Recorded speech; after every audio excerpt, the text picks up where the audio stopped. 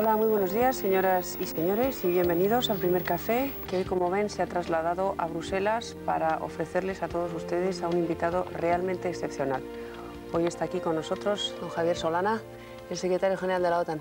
Muy buenos días, don Javier. Buenos días, ¿cómo están ustedes? Y muchas gracias por estar aquí, porque sé que es un hombre muy ocupado. Gracias a ustedes por invitarme. Estamos con Javier Solana, con Esther Esteban. Muy buenos días. Muy buenos días, Isabel.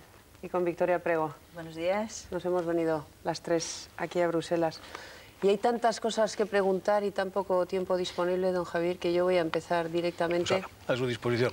Preguntando si hoy estamos más cerca de una intervención terrestre de lo que estábamos hace 1 o 2 semanas, o por el contrario estamos más cerca de una solución política, dialogada, negociada. Pues yo creo que estamos más cerca de las dos cosas. ¿Por qué digo las dos cosas? Porque una solución política, si es que se produce, y espero que se produzca, llevará consigo un despliegue de fuerzas terrestres. ¿Por qué? Porque nuestro objetivo, el objetivo que todos compartimos, es muy sencillo de explicar. Lo que queremos es invertir la situación. Vivimos una situación en la cual personas inocentes son expulsadas de su país, son expulsadas de su casa violentamente. Lo que queremos es que las personas puedan volver a su país, puedan volver a sus casas.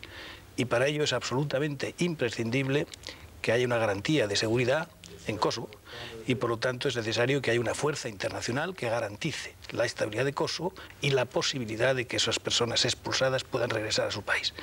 Por lo tanto, incluso si hay una solución diplomática, que espero y la deseo, tendrá que venir acompañada de un despliegue de fuerzas internacionales para garantizar la seguridad de estas pobres personas que han salido maltratadas de su tierra. Pero yo me refería, perdón, a un despliegue de tropas terrestres sin el consentimiento de Milosevic. En el caso de que Milosevic no acepte ese despliegue, si existe la posibilidad hoy, más cercana, una vez que usted ha declarado que la fase aérea está ya alcanzando sus últimos objetivos, si hay posibilidad de que se produzca un despliegue de tropas sin consentimiento. Desde mi punto de vista, yo espero y deseo que esta fase en la que estamos, que no es nada más que la continuación de las fases anteriores, no es que sea una fase nueva, dé como resultado el convencimiento de Milosevic de que está aislado internacionalmente, y luego podremos hablar de eso, no tiene un solo país con el que hablar.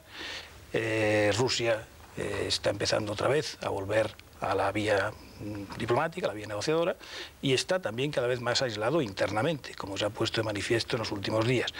Por lo tanto, espero y deseo que no tenga más remedio que aceptar las simples y sencillas condiciones de la comunidad internacional, que las vuelvo a reiterar, es permitir que vuelvan los refugiados a sus casas, que haya un Kosovo pluriétnico, donde se pueda vivir en paz, donde la gente tenga una posibilidad de futuro, y para eso es absolutamente imprescindible que haya una fuerza internacional que garantice la seguridad de estas gentes. Usted espera y desea, pero ¿qué prevé? No, les digo, espero y deseo, por lo tanto, es por lo que trabajo y es por lo que espero que salga aquí, que salga en los próximos días, las próximas semanas. La actividad diplomática... ¿Se espera un cambio de situación? Sí, la actividad diplomática, como están viendo ustedes, está siendo muy activa. Eso va acompañada de la actividad militar, que tiene que seguir manteniéndose, porque todas las demás cosas ya se han probado. A mí me preocupa cuando todavía se dice, hombre, queremos que pare la limpieza étnica, pero queremos también que no haya actividad militar. Es que eso lo hemos probado durante 7 años. La limpieza étnica se ha mantenido desde el año 1992. Se ha incrementado en los últimos años y la vía diplomática siempre ha estado abierta.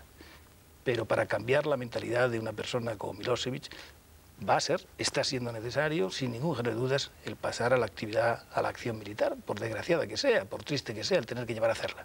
Pero es imprescindible si queremos parar lo que es una catástrofe de dimensiones tremendas, una catástrofe humana, que yo creo que los europeos, en nuestro territorio, cuando nos aproximamos al siglo XXI, no lo podemos permitir. Y si lo permitiéramos, pues perderíamos toda la estatura moral que yo creo que deberíamos tener. Señor Solana, ustedes, la OTAN, empezaron diciendo que no habría intervención terrestre. ¿Qué ha cambiado en estos 36 días de ataque para que en este momento todo el mundo dé por hecho que esa intervención terrestre se va a producir de una u otra manera? Intervención terrestre siempre la ha habido, siempre estaba pensada que la hubiera.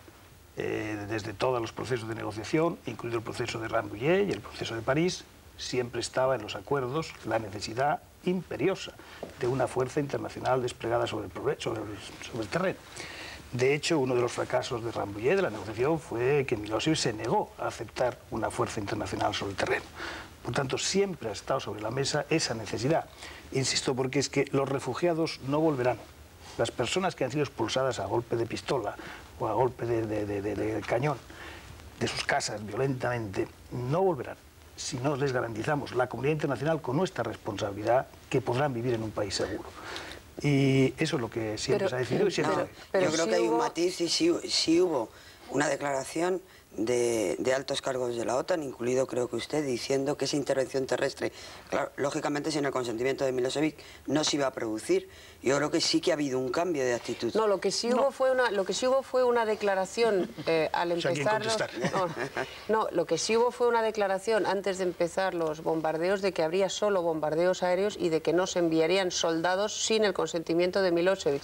Eso no fue una irresponsabilidad. No, vamos a ver. La posición que siempre han tenido los 19 países, o más de 19 países que están involucrados en este momento en tratar de dar la vuelta a esta situación, de invertir esta situación, es claramente la siguiente. El objetivo es el regreso de los refugiados, la garantía de su seguridad. Insisto, para eso es necesario dos cosas fundamentalmente. Primero, que las fuerzas militares de Milosevic se retiren de Kosovo. Y segundo, que Kosovo sea defendido desde el punto de vista de su seguridad por una fuerza multinacional internacional.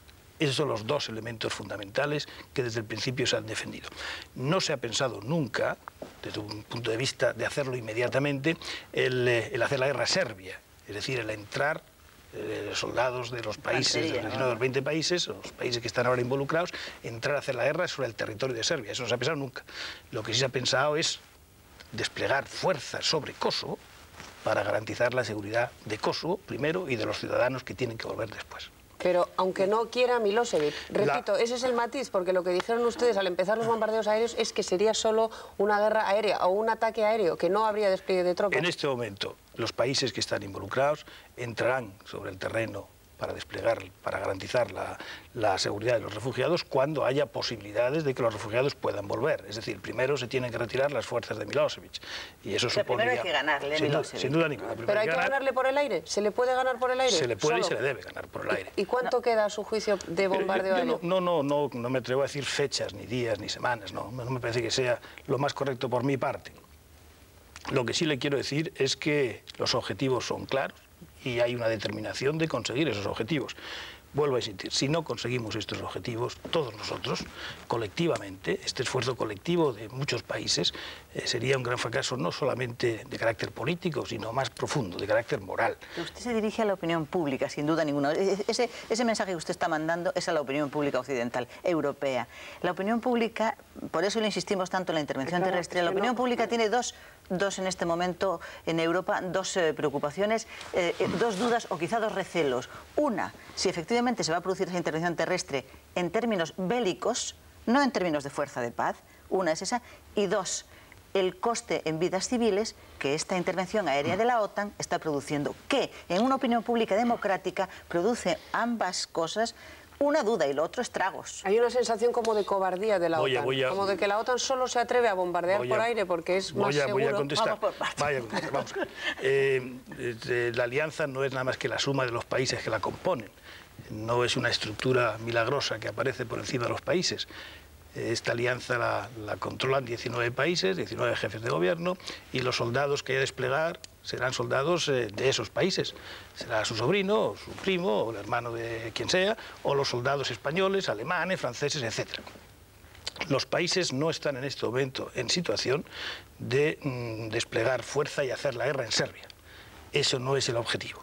Quede eso claro. No hay un objetivo de entrar en fuerza con soldados españoles, franceses, alemanes, ingleses, americanos y canadienses sobre Serbia para hacer la guerra. ¿Y en Kosovo? En Kosovo sí. Para hacer la guerra. En Kosovo puede ser, pero no en Serbia. No se trata, vamos a ver, en esta guerra no se trata de conquistar Belgrado, no se trata de conquistar nada. Esta no es una guerra de conquista, como no es una guerra económica, como no se trata de ganar nuevas vías comerciales ni nuevas situaciones estratégicas en Europa ni en el mundo. Se trata exclusivamente de una guerra de principios, de una guerra de valores, de una guerra que tiene como sentido, de un conflicto que tiene como sentido defender lo que a nuestro juicio son valores que los europeos del siglo XX, de finales del siglo XX, no pueden perder. Y eso es lo que estamos pensando. Pero cuando pensemos que todo lo que se hace no lo hacen unas personas ajenas a nosotros. La alianza no somos nada más que nosotros. La alianza con nuestros gobiernos. Eso volvemos a la opinión pública, es decir, todos nosotros somos la alianza. Nada más. Pues que hay unos gobiernos y unos niveles de responsabilidad y una opinión pública, que es a la que los gobiernos y las personas responsables se dirigen ustedes. Bueno, pues volvamos al asunto. La primera pregunta que me ha hecho es la de las fuerzas terrestres. Sí. Yo creo que la he contestado con claridad. ¿Podrán entrar en Kosovo contra la opinión de Milosevic? Podremos entrar en Kosovo, si fuera necesario, contra la opinión de Milosevic. Pero no está en los planes, porque este no es un conflicto de esa naturaleza, hacer la guerra en Serbia. Conquistar Serbia no está en nuestros planes, en los planes de nadie. Pero Kosovo, perdone que precise para rematar esta cuestión. Sí está en los planes, en el caso de que sea necesario, entrar en Kosovo con fuerzas terrestres para permitir el regreso de los refugiados. Sí está ¿A qué plazo? ¿Cuánto tiempo más van a estar ustedes bombardeando? No le puedo decir, mire usted. Es que a este paso se va a vaciar Kosovo. No le puedo decir. Que cuando lleguen ustedes ya no va a quedar nadie. Vamos a ver si vamos por partes. Los procesos iniciados por Milosevic se iniciaron en el año 1992. Yo tuve la desgracia o la suerte de participar en la primera conferencia de Londres, 1992, hace muchos años. Desde entonces, Milosevic puso en marcha la guerra en Eslovenia, en Croacia, en Bosnia y ahora en su propio país, en Kosovo. Yo creo que no podemos seguir permitiendo esta situación en nuestro continente, en Europa. Lo que no podemos pensar es que toda esta violencia acumulada en un mes se va a terminar y se le va a dar la vuelta. Tendremos que hacerlo con tenacidad, con perseverancia, con las limitaciones que se están teniendo para evitar daños que no queremos que se produzcan. Por lo tanto, lo que la opinión pública europea tiene que mantener es una cierta perseverancia en los valores que estamos defendiendo, en los objetivos que estamos defendiendo. Y no pensemos que esto se va a resolver en 24 horas ni en 3 días. Vuelvo a insistir, la alianza no es nada más que la suma de lo que somos cada uno de los países. Ustedes llevan 36 días bombardeando 24 horas sobre 24 horas. Eso dice Peter Daniel, que leí ayer su reflexión. 7 días sobre 7 días. 24 sobre 24. Entonces la pregunta concreta es, ¿cómo de debilitado está Milosevic? Si ustedes, con los datos que usted maneja, ¿cuánto tiempo puede resistir y cuál ha sido el efecto de estos bombardeos? Va a resistir poco. ¿Cómo está debilitado? Mucho. Bien, tiene en estos momentos debilitado... ¿Qué es poco y qué es mucho, señor Solana? Déjeme explicar. Debilitado las defensas aéreas, sin duda. Debilitado sus fuerzas armadas, fuerzas aéreas. Debilitado sus fuerzas marítimas. Y debilitados desde el punto de vista estratégico sus fuerzas terrestres. Lo que veas es verdad, no podemos olvidar que el ejército de Serbia era el cuarto o el quinto ejército más importante de Europa. Por lo tanto, el tratar de hacerle el daño que se le quiere hacer al ejército, nada más que al ejército, que es el responsable de la violencia, lleva su tiempo. Y lo que tenemos que estar es preparados a llegar y a aguantar ese tiempo con tenacidad. Tenemos que ser más tenaces los demócratas que tenaces el dictador. Y el dictador ha demostrado ser muy tenaz. Nosotros tenemos que ser más tenaces que ellos para ganar. Pero no le puedo decir, ya digo, no le puedo decir días, semanas, no le puedo decir porque no lo sé. Si lo supiera se lo diría. Lo que sí le quiero decir, semanas, no meses. Sí, yo creo que no, pero vamos, es mi opinión. Lo que sí le quiero decir es que tenemos que estar preparados para ser tenaces, más tenaces que el dictador. ¿Qué tienen que destruir todavía los bombardeos aéreos para hacer posible la entrada de soldados en condiciones, digamos, más o menos seguras? En Kosovo. En Kosovo, sí. Sí, estamos dando por hecho que estamos hablando de Kosovo, no de No, estamos hablando de todo. Pero vamos a ver, porque de Kosovo, el ejército de Kosovo, lo que está desplegado en Kosovo en este momento, es una parte importante de su ejército, y lo que estamos haciendo es tratarle de romperle o de destrozarle, si es posible, toda su base logística. El atacar en Kosovo es muy difícil. ¿Por qué?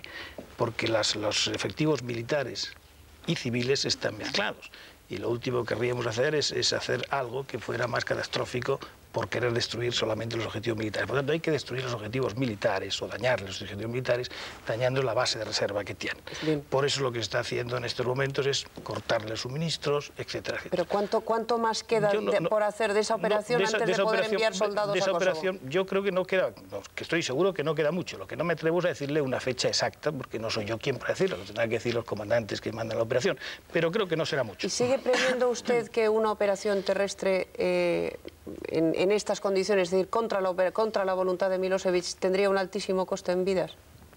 Yo creo que puede tener un coste en vidas humanas.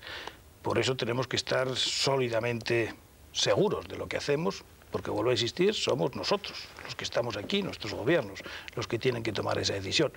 Por eso es mucho más importante conseguir por la vía diplomática al final, acompañada por la fuerza, acompañada por uso de la fuerza, que es el último recurso que se ha podido utilizar para conseguir dar la vuelta a esta situación, que haya el despliegue de las fuerzas, que es lo que queda.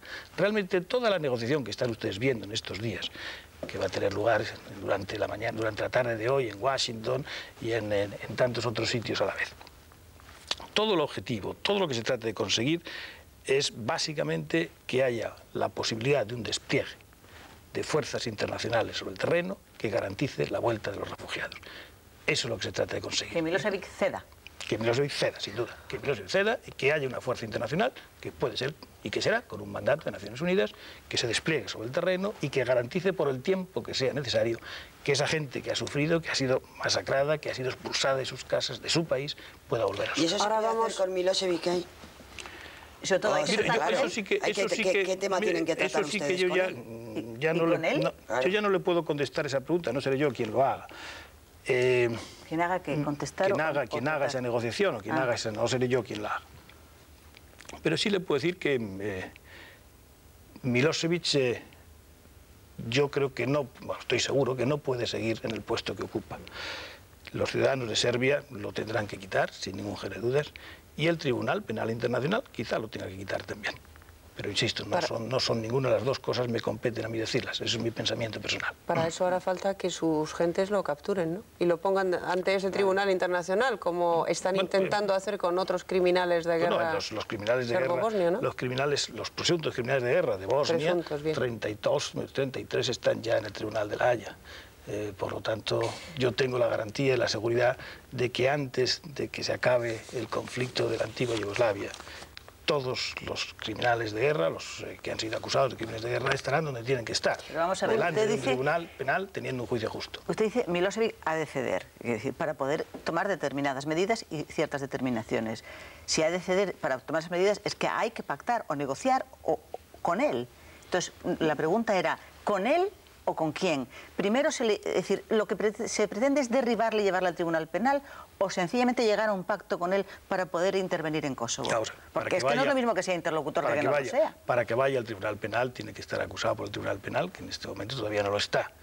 Yo creo que pruebas habrá más que suficientes para que lo esté, pero en este momento no lo está. Por tanto, sigue siendo el presidente legítimo de un país. Con el que habría que hablar, sobre todo para una cosa, porque él es el que tiene la fuerza y el poder concentrado en él de retirar las fuerzas que tiene desplegadas en este momento en Kosovo. Y eso es una condición sine qua non, que se retiren esas fuerzas. O se retiran esas fuerzas por voluntad o se retirarán por la violencia. Sería mejor que se retiraran por voluntad. Usted ha dicho en más de una ocasión que Milosevic empieza a estar debilitado dentro de su propio régimen. ¿Puede usted precisar en qué se basa para decir eso? ¿Y hasta qué punto llega esa debilidad? Y de apoyo de la opinión serbia. Me baso fundamentalmente en las siguientes cuestiones. Primero, desde el punto de vista político, como han visto, ha habido ya rupturas de una cierta dimensión en su propio gobierno. Sí, pero le han echado al que protestó, a Drašković le han echado. La vida de las dictaduras las conocemos bien, desgraciadamente nosotros también. Las vidas de las dictaduras parece que son todopoderosas hasta en un minuto en el que se disuelven como un azucarillo. La hemos visto en muchos sitios y quizá el momento de Milosevic sea más parecido al momento de Ceausescu que a ningún otro momento. Pero no hay duda de que hoy hay ya un deseo de que la situación por la que está atravesando Serbia cambie, políticamente. Desde el punto de vista militar también. Como saben, hay pues, un número rozando los 10 altos cargos militares que están en arresto domiciliario en este momento. Es decir, que la confianza que tenía en los líderes máximos de su ejército pues está quebrando, lo cual es muy importante también desde el punto de vista de su solidaridad. Y tercero, desde el punto de vista internacional. Y esto me parece que es importante subrayar. No hace muchos días, era una semana y un día, nos reunimos con 40 países. En Washington estuvimos 40 países reunidos, de los cuales 8 de ellos son vecinos, históricos vecinos de Serbia, de la Yugoslavia, y otros son menos vecinos, pero próximos. Todos los países, los 40 países, todos, sin fallo ninguno, todos dijeron que esto no se puede seguir y que Milosevic quedará aislado. El embargo que la Unión Europea ha puesto en marcha el día 1 de mayo, es decir, hace 2 días, han sumado a ese embargo voluntariamente otros 40 o 50 países que no son miembros de la Unión Europea. Es decir, hay una conciencia internacional de aislamiento que es, a mi juicio, también algo que está afectando y que afectará de una manera muy sólida, muy fuerte al corazón del régimen. ¿Rusia está dispuesta a implicarse a fondo en la...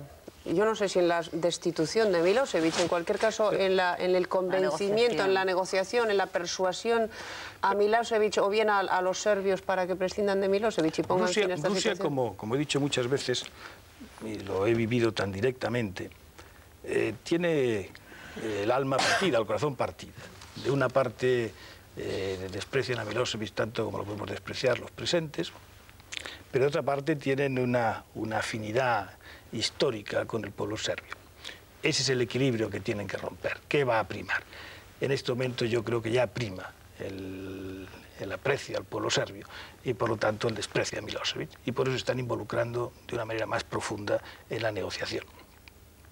Fíjese, yo me atrevería a decir que si Rusia, y me da mucha pena de lo que decir, pero si hace unos cuantos meses, cuando las negociaciones de Rambouillet, Rusia hubiera mantenido más firmeza conjuntamente con los países europeos que estaban jugando, haciendo toda la presión, yo creo que Milosevic hubiera aceptado entonces una fuerza internacional sobre el terreno y nos habríamos ahorrado mucha tragedia. Pero bueno, esta es la vida y así no se puede... Señor Solana, las cosas, ¿no? Sí. En este momento exactamente Rusia, ¿qué papel está jugando en este momento? Ahora el papel que está jugando Rusia en este momento es el siguiente: tratar de llevar a Milosevic, bajo las presiones que Rusia puede poner sobre Milosevic, la aceptación de lo que antes he descrito, la aceptación de que acepte claramente dos cosas fundamentalmente. Primero, la retirada de sus fuerzas de Kosovo, de las fuerzas militares, policiales, parapoliciales y paramilitares. Y de segundo, y lo más importante, que acepte el despliegue de una fuerza multinacional en la que tiene que estar, incluida Rusia, como está en Bosnia, incluida Rusia, que permita y garantice la vuelta de los refugiados. Y para que, volver a repetir, aunque sea hasta la saciedad, el objetivo fundamental es invertir la situación, que los refugiados expulsados puedan volver a su país y vivir con un futuro digno. Y para eso es imprescindible la fuerza de seguridad, la fuerza multinacional de seguridad. Y en eso es lo que estamos ahora todos. ¿Usted tiene información en este momento de cuál está siendo el destino de los albano-kosovares que permanecen dentro? ¿Qué datos tienen ustedes? ¿Y qué panorama se van a encontrar esas fuerzas cuando entren ahí dentro? ¿No? ¿Qué panorama de horror? Cuando entren las fuerzas allí, no le puedo decir lo que vamos a encontrar, pero seguramente será peor de lo que en estos momentos muchos imaginan. Mire usted, yo he vivido Kosovo y he vivido Sarajevo, desde el año, como dije, 1992. Pero desde el año 1995 hasta ahora he visitado Sarajevo prácticamente todos los meses, desde la guerra hasta la paz. Cuando entramos la primera vez en Sarajevo, vimos mucha más crueldad de la que cabía haber imaginado. Y eso fue una guerra dura, una guerra larga. Pero cuando llegamos allí la primera vez, no me olvidaré nunca, la sensación fue una sensación todavía más dura de la que cabía imaginar. Seguramente cuando lleguemos, los que lleguen a Kosovo y entren en Kosovo, verán cosas que jamás hubieran imaginado. Matanzas, masacres, una brutalidad. ¿Tienen datos concretos de eso, señor Solana, que se está produciendo? Mire, algunos los hay muy claros, y los tienen ustedes también. Los refugiados cuando salen y hablan, lo que cuentan es tremendo. Y lo cuentan todavía sin sentirse con toda la libertad de haber salido del momento tan dramático en el que han vivido. Por lo tanto, sí, los datos que hay son datos verdaderamente, muchos de ellos espeluznantes. Vamos a ver cosas muy terribles que creíamos que nunca más iban a pasar en el territorio. Sin embargo, la población serbia, señor Solana, a veces cuando habla, es una cosa que no se me quita de la cabeza, está convencida, primero esa apreciación que ustedes tienen y que sin duda está basadísima en que la población serbia va a retirar el apoyo a Milosevic, yo todavía no la he captado. Y desde luego cuando los serbios hablan por algún medio de comunicación, para empezar, respaldan a Milosevic. Segundo, se sienten un pueblo atacado, ofendido y humillado por la OTAN. Y en tercer lugar, consideran que los kosovares huyen por los bombardeos de la OTAN. Si me permites completar la pregunta, si me permite, don Javier, es que quería que viéramos unas imágenes que se han repetido mucho en España, en Francia, en todas partes, que son las de los errores, llamados errores. Me permite contestar primero, que me parece muy importante contestar a su pregunta. No, sí, se podemos hablar sobre las imágenes. Es que yo creo que parte del sentimiento de agresión que tiene la población serbia se deba probablemente a la reiteración en esas imágenes de muertes de población civil. Cuando uno vive en una dictadura, y algunos de nosotros lo hemos hecho en dictaduras y otros hemos visto cómo se vivía en otras dictaduras. Las situaciones de las dictaduras son situaciones que las conocemos muy bien.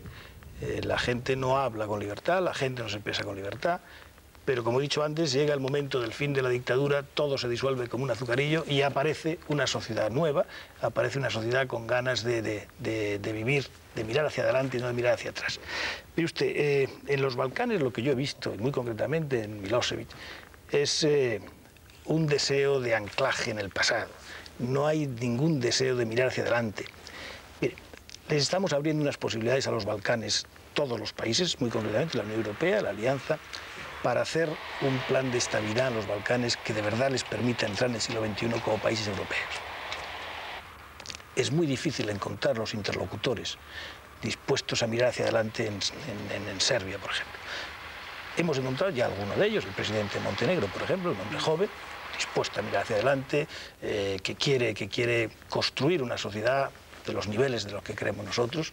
Hemos encontrado alguno en Serbia también, pero es muy difícil todavía, por esa sociedad tan cerrada, esa sociedad tan dictatorial por parte de Milosevic, encontrarlo. Por eso estamos haciendo todo lo posible porque la sociedad se abra, se oxigene y haya posibilidad de mirar hacia adelante. Pero uno tiene la sensación, repito, viendo por ejemplo esos errores, a mí me parece una palabra poco afortunada, pero en fin, esas bombas que han caído sobre autobuses, sobre puentes, sobre trenes.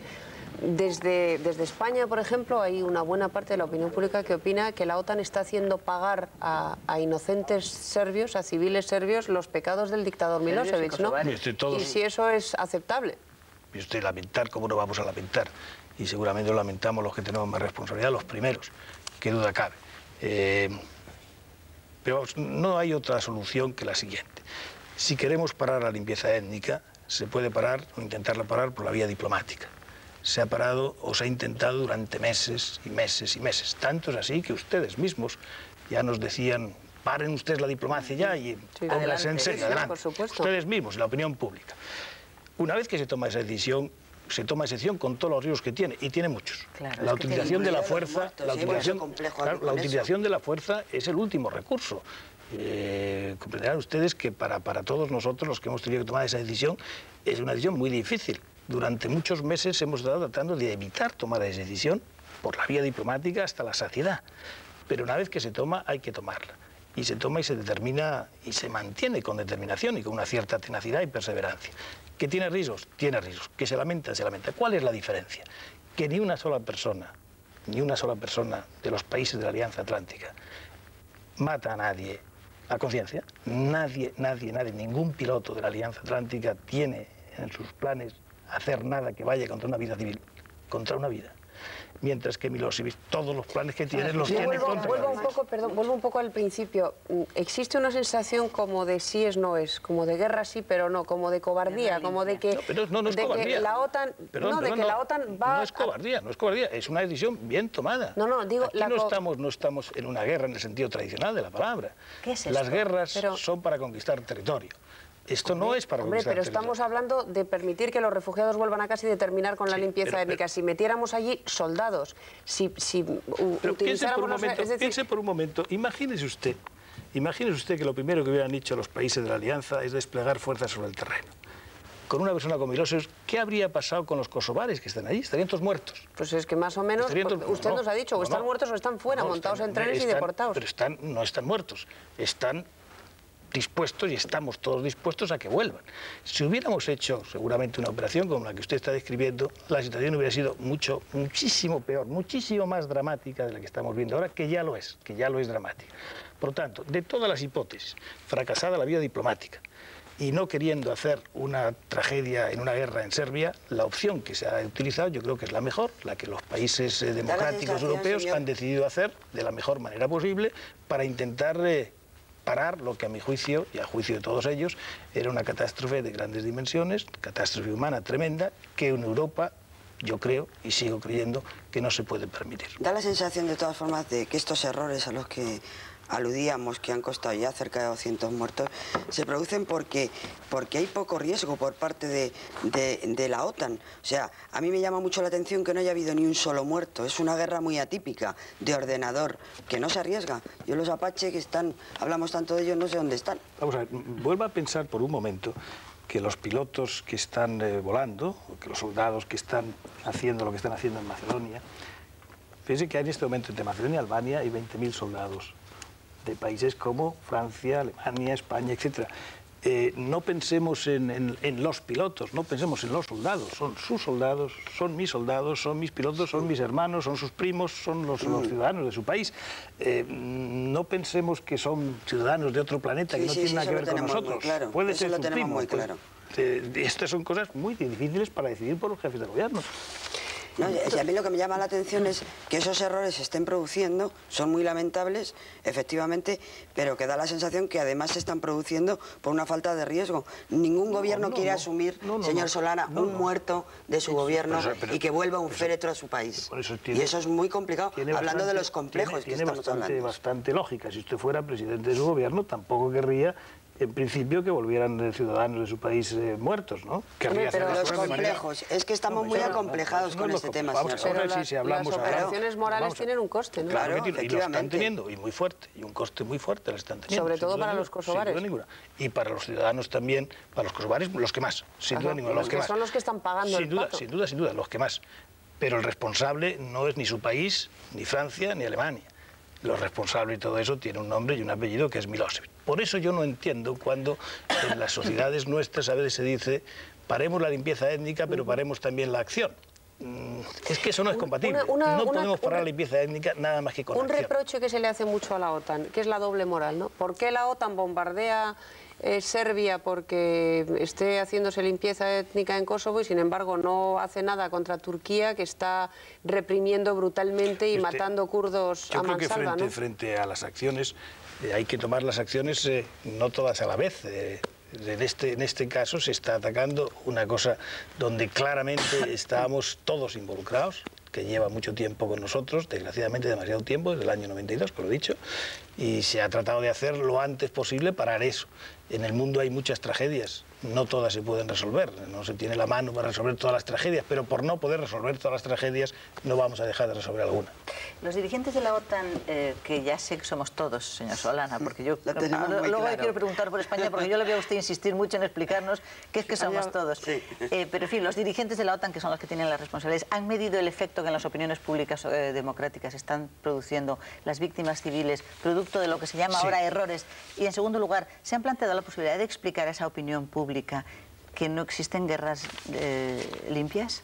Con coste cero, es decir, sin víctimas, porque es que el impacto que se produce en las opiniones públicas nuestras, cuando hay víctimas civiles, es espectacular. No estamos preparados para que la OTAN mate a ningún civil y desde luego no para que mueran nuestras tropas. Claro.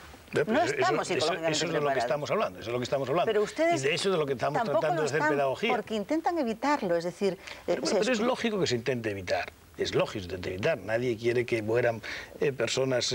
Pues que lo llaman incluso errores, es decir, que hay algo... Es que son errores. ¿Por qué son errores? Porque, como he dicho antes, una gran diferencia es que Milosevic quiere matar y los pilotos de la Alianza Atlántica no quieren matar. Y, por tanto, no tienen en sus planes en ningún caso, la posibilidad ni la orden, nada más que de evitar, en cualquier caso, una vida civil. Por lo tanto, es completamente diferente lo que se está haciendo. Por eso es un error que se lamenta y se lamenta muchísimo, y duele muchísimo. Por dos razones, porque se pierde una vida y porque también se pierde la legitimidad moral, por las dobles razones. Por lo tanto, cada vez es más grave, si me apura usted, como usted decía. Por eso se lamenta mucho más y se trata de evitar. Pero no podemos olvidar que las personas que están sufriendo en este momento tanto, y tantas personas, son las responsables, o la responsabilidad de ese sufrimiento es una persona. En cualquier caso, usted... No nos pongamos aquí, no podemos ponernos al mismo nivel. Hay una determinación de los miembros de la comunidad internacional de que al final del siglo XX no se puede permitir lo que estamos viendo y hay que pararlo. Y por eso se ha decidido hacerlo y se ha hecho colectivamente para pararlo. Pero lo que no nos podemos poner es en el mismo nivel. Hay unos criminales y unas personas que tratan de evitar el crimen. Hay unos que crean el problema y otros que tratan de encontrar la solución. Usted, como secretario general de la OTAN, da su garantía de que los refugiados kosovares volverán a Kosovo, incluidos los que están en España, en Francia, los que están desperdigados por ahí. ¿Usted garantiza que van a volver a Kosovo? Yo no tengo todo el poder en mi mano. Si fuera todopoderoso diría que sí. No soy todopoderoso. Puedo decir que con los medios que yo tengo y las responsabilidades que tengo, sí. La OTAN les va a facilitar la reconstrucción de lo que se ha destruido. No solo la OTAN, o sea, la comunidad internacional, vamos a ver, la comunidad internacional tiene diferentes organizaciones especializadas. Es la comunidad internacional la que tiene que hacerlo. ¿Qué es lo que estamos haciendo, lo que está haciendo la comunidad internacional en este momento? Tiene ya los planes para la reconstrucción de Kosovo, pero eso tendrá que llevar la Unión Europea, una parte, el Fondo Monetario Internacional, el Banco Mundial, la Alianza Atlántica, no son nada más que los países que la componen, y la componen igual que la componen la Unión Europea. ¿No? Antes hablábamos de la intervención de Rusia. Una de las condiciones que ha puesto Rusia para mediar de alguna manera en este conflicto es que las tropas que se desplieguen en Kosovo no se desplieguen bajo bandera OTAN, sino bajo otra bandera, ONU o lo que fuera. ¿La OTAN estaría dispuesta a eso? Todo eso es algo que es perfectamente negociable, y no sé cuál será el final de la negociación, pero le pondré un ejemplo. En Bosnia hay ahora mismo desplegados 36.000 soldados de países de la Alianza, de Rusia, de Ucrania, de países que no forman parte de la Alianza, y la fuerza se llama una fuerza de estabilización, no es una fuerza que se llame la Alianza Atlántica. Por tanto, hay mecanismos que ya se han probado, que han funcionado, funcionan en Bosnia muy bien, donde están países como los nuestros, Rusia, Ucrania, países, incluso Marruecos ha estado comprometida en una temporada. Por tanto, no hay ninguna dificultad en imaginar la arquitectura de una fuerza internacional que tenga la posibilidad y el mandato de garantizar la seguridad y la estabilidad en Kosovo. Lo hemos hecho en Bosnia y paramos una guerra, ¿no? Paramos una guerra, me tocó a mí hacerlo también, en diciembre de 1995. Cuando comenzó este conflicto, se acusó a la OTAN de una improvisación con el tema de los deportados, que la OTAN no tenía previsto que iban a salir en masa tantos deportados. No, sí, lo tenía previsto. Ese es un punto, pero a mí lo que me interesa en este momento es saber si la OTAN sí tiene una estrategia muy precisa para la vuelta. O sea, si ustedes tienen un plan sobre papel y lápiz para garantizar esa vuelta. Sin duda, y en cooperación con quien tiene las responsabilidades, no nos olvidemos. La responsabilidad de los refugiados forma parte de la Organización de Naciones Unidas, de la ayuda a los refugiados. Es una agencia de Naciones Unidas que la preside una fantástica mujer japonesa, que es la que está llevando sobre sus espaldas el peso de esta organización. Nosotros ayudamos, cooperamos a ello, pero la responsabilidad la tiene su organización. Y sí, están los planes hechos para que puedan regresar y para que puedan volver. No será una cosa, como se puede imaginar, en 24 horas tampoco, pero habrá que hacerlo como se está haciendo en Bosnia. En Bosnia se está haciendo que vuelvan los refugiados a sus lugares de origen. No es una cosa fácil, trabajamos horas y horas y horas para conseguirlo, pero se conseguirá. Sin duda ninguna se conseguirá. Sí. Don Javier, no, esto está yendo rapidísimo y me dicen que nos quedan solo 10 minutos. Yo no quiero dejar de preguntarle, en la última cumbre de la OTAN, hace apenas unos días en Washington, la Alianza se autorizó a sí misma a intervenir en defensa de los valores democráticos que inspiran a los países que la integran, fuera incluso de su territorio y sin el mandato de la ONU. ¿Eso no convierte a la OTAN en una especie de gendarme mundial sin control? Quiero decir, ¿no es peligroso? Las dos cosas que usted me ha dicho no son nuevas. Primero, la Alianza actúa siempre, caso por caso, con el consenso de sus miembros, siempre en relación con Naciones Unidas. Siempre, y en este caso también en relación con Naciones Unidas. Pero sin la resolución final, pero hay tres resoluciones, no nos olvidemos, hay tres resoluciones del Consejo de Seguridad de Naciones Unidas definiendo lo que es el conflicto de Kosovo, poniendo la responsabilidad sobre Milosevic y denunciando lo que allí está pasando. Y tenemos al propio secretario general de Naciones Unidas que ha dicho las mismísimas cosas que yo he dicho, prácticamente.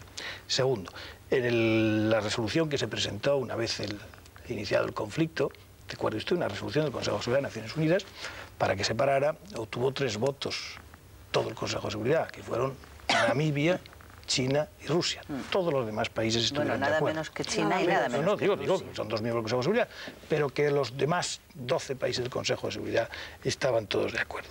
Por tanto, hemos actuado ya una vez sin el Consejo de Seguridad, que es este caso. Fuera de las fronteras de la Alianza, ya lo estamos viendo, Bosnia... Bosnia no está en el perímetro de los países de la Alianza. Pero esto ya es cierta doctrina, ¿no? Esto ya convierte a la OTAN en el gran gendarme mundial. Es lo que ya estamos haciendo. La Alianza no es el gendarme mundial, la única organización universal es Naciones Unidas. La Alianza es una organización territorial, geográficamente limitada, que se limita al área que podríamos llamar euroatlántica, que son los países europeos, los países de la Unión Europea, los países neutrales europeos, Suecia, Finlandia, etcétera, los países antiguos del Pacto de Varsovia, que algunos ya forman parte de la Alianza y otros no, y los países de las antiguas repúblicas de la Unión Soviética. Eso es un poco la zona euroatlántica que hemos definido como la zona de nuestra responsabilidad, donde se ha cambiado dramáticamente de una política de confrontación, que era lo que existía, a una política de cooperación. Yo presido 2 veces al mes como secretario general de la Alianza a más de 40 países. Imagínase por un momento hace 10 años, que hubiera sido imposible. 40 países tengo yo alrededor de la mesa, 44, va a ser más preciso, que presido para dialogar, para hablar, para poner en marcha con planes comunes, etcétera, todos los meses, más de una vez. Ese es el cambio profundo que se ha producido. No, yo, bien, como nos queda muy poco tiempo, quiero hacer una pregunta de cara a España, ¿no? Usted le queda hasta final de año como secretario general de la OTAN. Su nombre se ha barajado en todas las quinielas como el sucesor, como el hombre que iba a ir de candidato de cara a las próximas elecciones. Y yo quería saber si usted quiere seguir jugando política nacional y si está en sus planes inmediatos o este tema le ha debilitado políticamente tanto que no le va a permitir jugar a la política nacional. Vamos a ver. Usted, lo único que le quiero decir es que en mis preocupaciones en este momento solo existe una, que es que los ciudadanos de Kosovo vuelvan a su casa. Sería un irresponsable, y espero no ser un irresponsable ni hoy ni nunca, si no estuviera pensando 24 horas sobre 24 sobre el problema que tengo entre manos. Tengo una responsabilidad y la voy a llevar hasta sus últimas consecuencias, el tiempo que me lleve. Por lo tanto, no pienso en ninguna otra cosa más. Ahora, si me dice usted si me debilito políticamente o no... ¿Usted cree que le ha debilitado políticamente para jugar a la política nacional? No estoy pensando en jugar en nada, pero pienso en los políticos europeos de hoy. Todos los políticos europeos de hoy están más sólidos después de haber tomado esta decisión que lo que estaban antes. Todos, los socialdemócratas, los cristianodemócratas, los del centro. Por tanto, eso no me preocupa nada, ni es mi preocupación. Mi preocupación es que los ciudadanos de Kosovo que hemos visto y que los que yo hablo puedan volver a su lugar de origen, puedan volver a su país, puedan tener un futuro delante de ellos. A eso debo dedicar yo mis días, si no sería un irresponsable y espero no ser. ¿No se ve presidiendo el gobierno de España en un futuro a medio plazo? Vaya. En este momento no me veo nada más que ayudando a resolver el problema de Kosovo. ¿Cómo valora la actuación del gobierno español en este conflicto? Yo creo que todos los gobiernos que se han comprometido están haciendo una labor extraordinariamente positiva.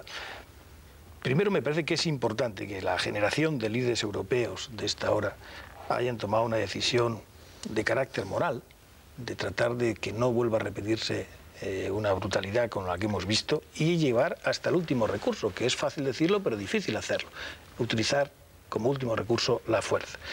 Todos están haciéndolo como yo diría que como una piña, si me permite la expresión. Lo hemos visto, la determinación y la unidad que se ha puesto de manifiesto en los últimos días en la cumbre, que se sigue poniendo de manifiesto todos los días. Yo hablo con ellos prácticamente todos los días.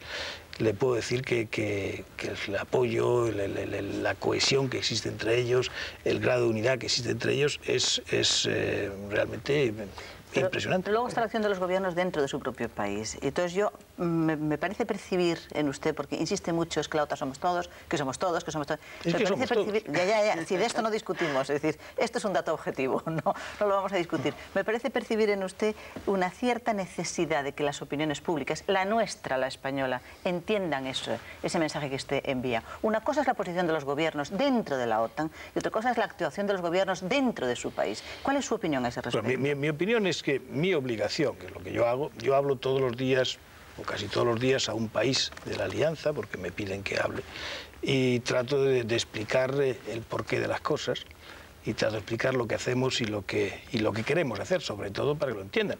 Los países democráticos y los dirigentes políticos democráticos viven y sobreviven si las causas que defienden están defendidas también por sus opiniones públicas.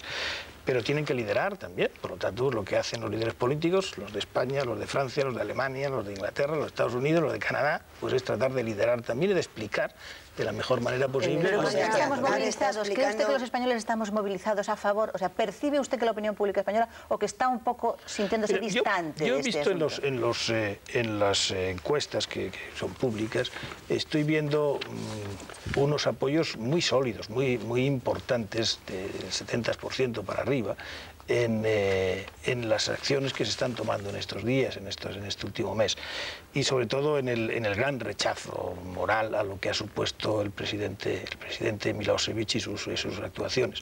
Por lo tanto, sí veo que hay una solidez grande en lo que no podía ser de otra manera, en los países democráticos, europeos, que han vivido, desgraciadamente, sobre su suelo guerras tremendas, tragedias tremendas, y que no quieren verlas otra vez sobre su territorio. Es interesante, por ejemplo, ver cómo la juventud está reaccionando en las encuestas y en todo lo que yo percibo, en las cartas que recibo, a millares de cartas que recibo. Hay un porcentaje muy elevado de jóvenes que te piden adelante, hay que parar la barbarie, no podemos convivir con la barbarie en nuestro territorio, en Europa. Por lo tanto, yo sí me siento desde ese punto de vista, si me permite la expresión, acompañado, como espero que se sientan los demás dirigentes políticos. Por aquí, por Bruselas, están pasando casi todos. El pasado mañana vendrá Clinton, el otro día estuvo Blair. Todos están con la misma determinación y sintiéndose que están haciendo lo que tienen que hacer. A veces es duro, pero la responsabilidad es... En España, su partido, el Partido Socialista Obrero Español, acusa al gobierno, y el PSOE y muchos medios de comunicación acusan al gobierno de no comprometerse lo suficiente, de no ir al Parlamento, de que el presidente del gobierno no va al Parlamento con periodicidad a hablar de la guerra, que no está liderando a la sociedad española, movilizando a la sociedad española y liderándola en la necesidad de respaldar esta guerra. Yo no soy quien para hacer esa valoración. Yo puedo decir que yo hablo con el gobierno de mi país, como hablo con otros gobiernos. Ayer hablé con el presidente Aznar, ayer por la noche. Los mantengo informados, me mantienen informados, intercambiamos opiniones. Yo me siento acompañado con los dirigentes políticos europeos, no me siento en absoluto incómodo. El antiguo pacifista e incluso luchador contra la OTAN que hay en usted, ¿se siente plenamente convencido de que esta es una guerra justa? Mire usted, yo me siento... ¿De qué hace lo que debe? Lo diré de esta manera.